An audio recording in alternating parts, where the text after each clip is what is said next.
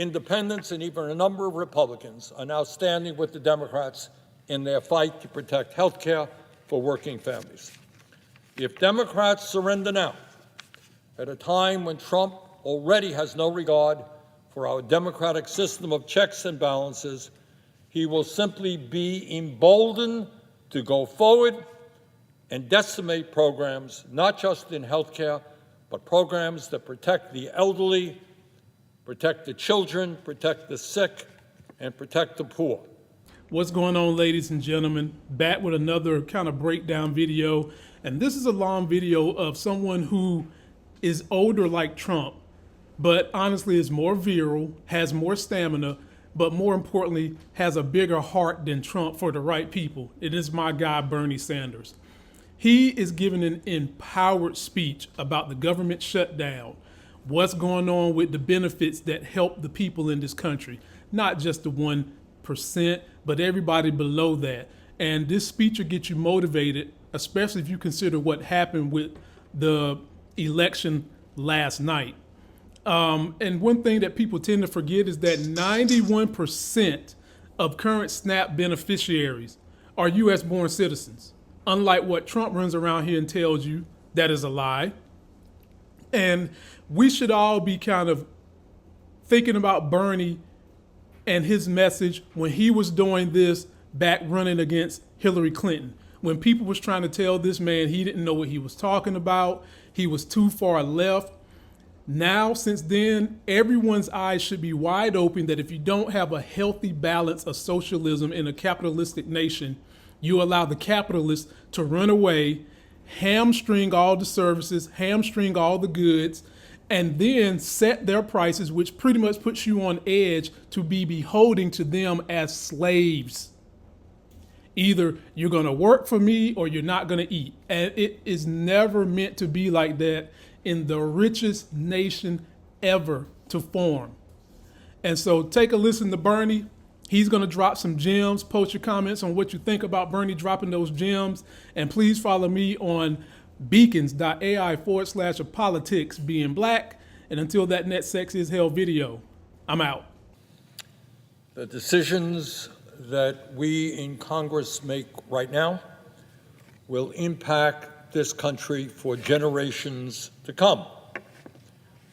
In America today, we have a megalomaniacal president who, consumed by his quest for more and more power, is undermining our Constitution, the rule of law, and is pushing this country closer and closer toward authoritarianism.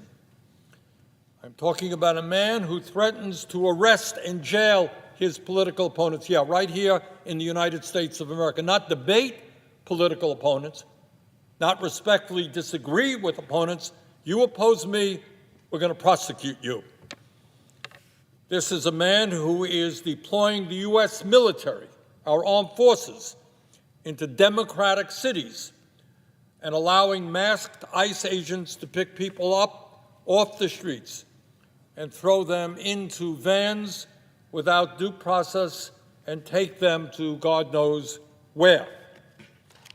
I'm talking about a president who has sued virtually every major media outlet because he cannot tolerate criticism, who has taken funds away from PBS and NPR because he doesn't want objective reporting about what his policies are doing.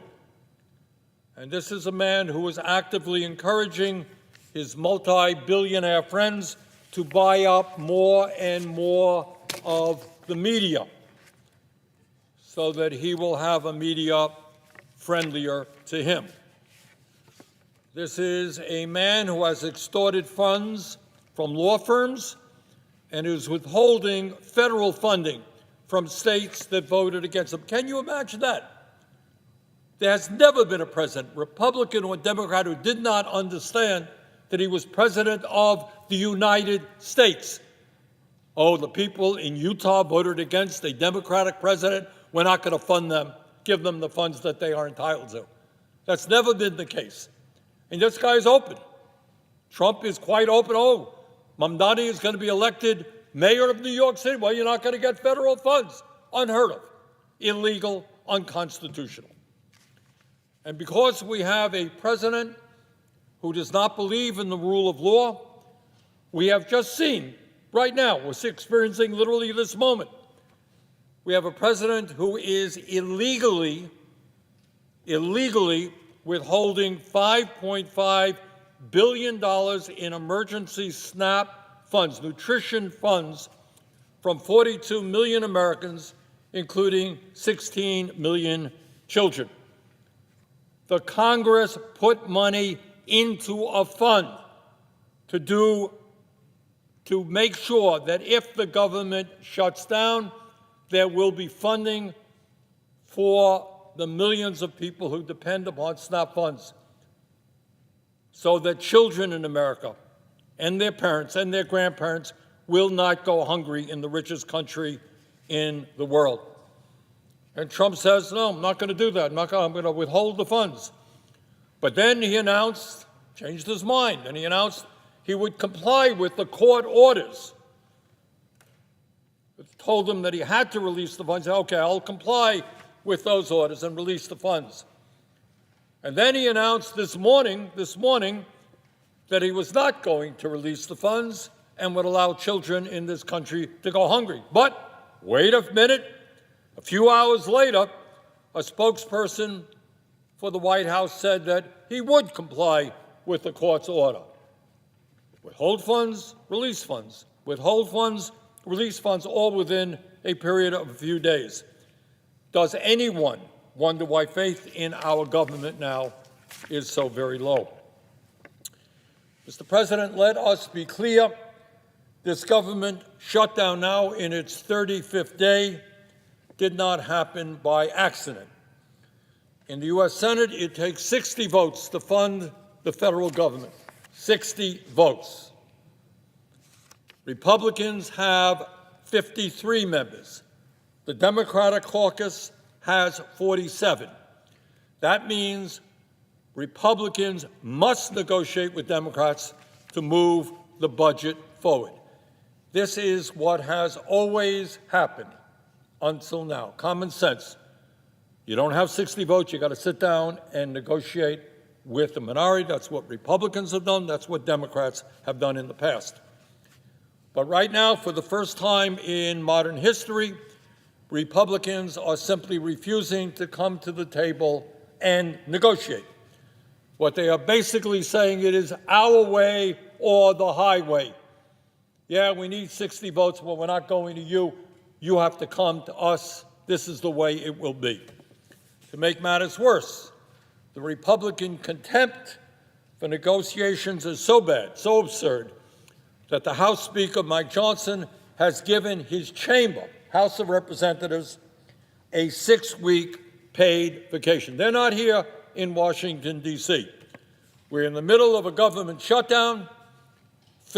Millions of federal employees are not getting paid right now. They are wondering how they're going to feed their families. Federal employees are going to food banks, worried about paying the mortgages. Right now, millions of Americans are receiving notices from insurance companies, and their insurance premiums are rising precipitously, double, in some cases tripling.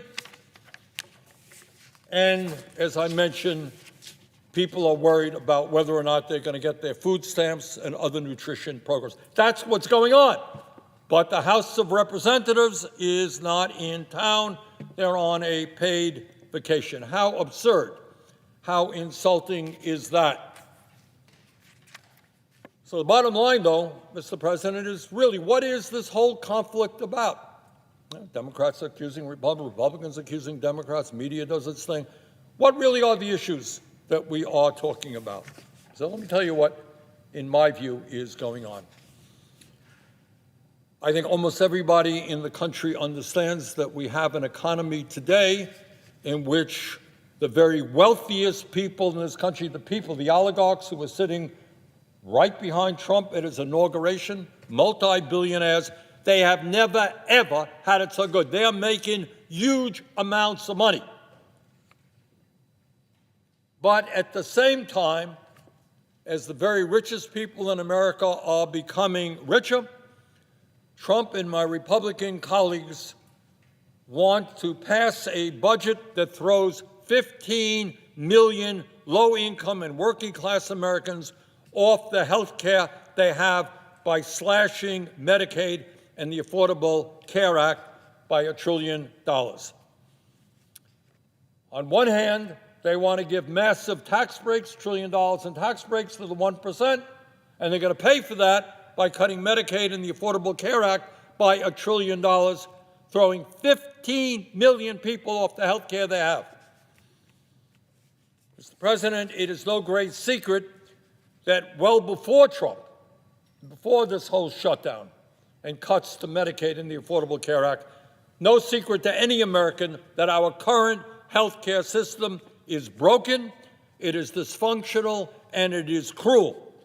Today, despite spending twice as much per capita as almost any other, the people of any other major country on earth, 85 million Americans are uninsured or underinsured.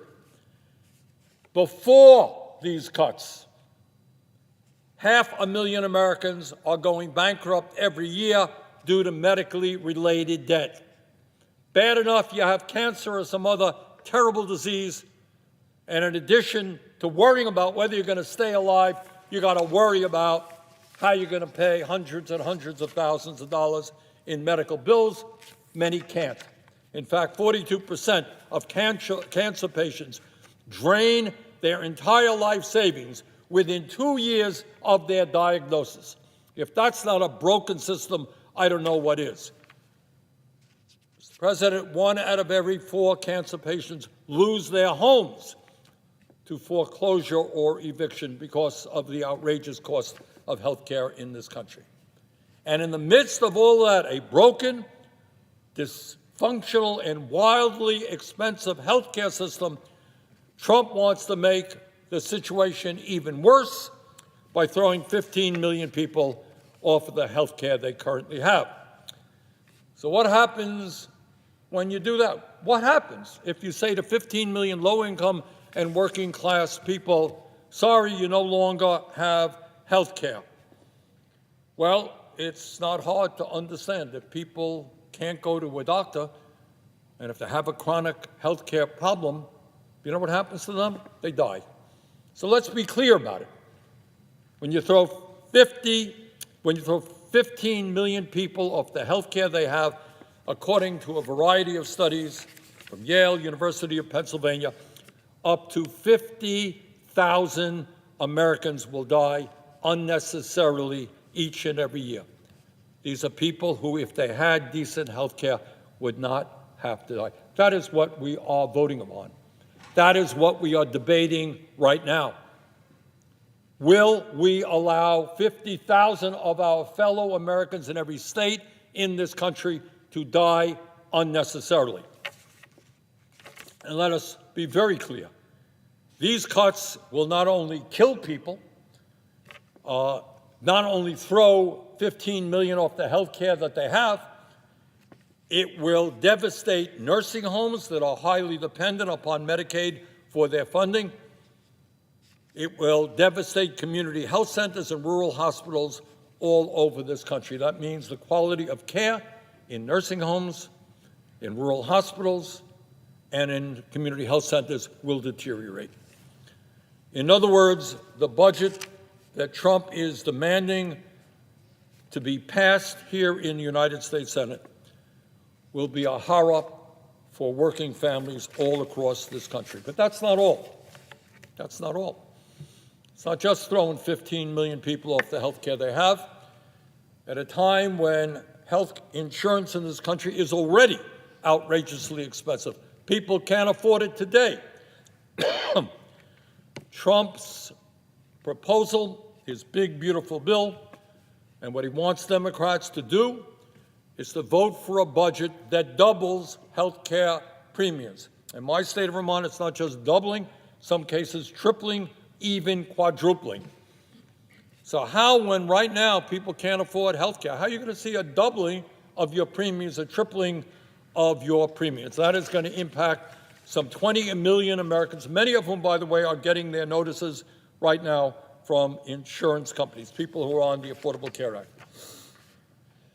Mr. President, according to every poll that I have seen, the American people, quite understandably, by overwhelming margins, do not want to see a doubling of their health care premiums. According to the Kaiser Family Foundation, 78% of Americans, including 59% of Republicans, want to extend the Affordable Care Act tax credits. Now, I have got to say, I'm not a great fan of the Affordable Care Act. I believe that we should do what every other major country on earth does and guarantee health care as a human right through a Medicare for all single-payer program. You want cost-effective, universal health care, that is the way to go. Unfortunately, I don't have a lot of support for that here in the Senate.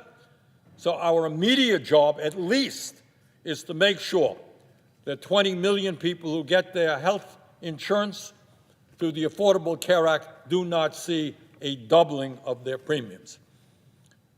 And this impacts, believe me, not just Democrats, but Republicans as well. Tony Fabrizio, President Trump's own pollster, has said, and I quote, this is Donald Trump's own pollster, quote, by broad bipartisan margins, voters want to see the Affordable Care Act tax credits extended rather than expire at the end of the year, whether in the context of premiums doubling or 5 million families losing their health insurance. This includes solid majorities of Trump voters and swing voters, end quote. Tony Fabrizio, President Trump's own pollster. So it's not just Democrats, it's not just independents, it's not just the far left, it is Trump supporters. Further, at a time of massive income and wealth inequality, the American people do not want to see the billionaire class receive $1 trillion in new tax breaks for the 1%. So let me be clear. I know this is a radical thought, but the truth is Elon Musk, the richest man alive, worth some $500 billion, man who owns more wealth than the bottom 52% of American households, you know what? I don't think he needs a tax break. Now, around here, that's a radical statement. Nor does Mr. Bezos, nor does Mr. Zuckerberg, nor does Mr. Ellison, nor do anyone in the top 1% who today are doing phenomenally well. It is time that we started worrying about the working families of this country, people who cannot afford health care, who can't afford to pay rent or mortgage, cost of housing outrageously high, who can't afford child care, can't afford to send their kids to college, who can't afford to buy decent quality food at the grocery store. Those are the people that we should be worrying about, not tax breaks for Mr. Musk and the other billionaires in this country. So, Mr. President, let me be very clear in telling you what I will not be doing. I will not vote for a budget that throws 15 million Americans off the health care that they have. I will not be voting for a budget that doubles premiums for 20 million Americans. I will not be voting for a budget that decimates rural hospitals, nursing homes, and community health centers. I will not be voting for a budget that causes over 50,000 Americans to die unnecessarily every year. I will not be voting for a budget that provides $1 trillion in tax breaks to the top 1%. And I hope very much that we can win some Republican support in opposition to these disastrous proposals. But at the very least, I would hope that the vast majority of my colleagues in the Democratic caucus will not vote for these proposals. In my view, Democrats in the Senate must stand with the working families of our country and in opposition to Trump's effort to virtually destroy the American healthcare system today. The American healthcare system was broken before Trump, but when you throw 15 million people off of healthcare, you decimate rural healthcare, you raise premiums for 20 million people in the Affordable Care Act, you are bringing the healthcare system to the verge of collapse. Mr. President, poll after poll shows that the American people know what in fact is going on. They understand who is responsible for the shutdown.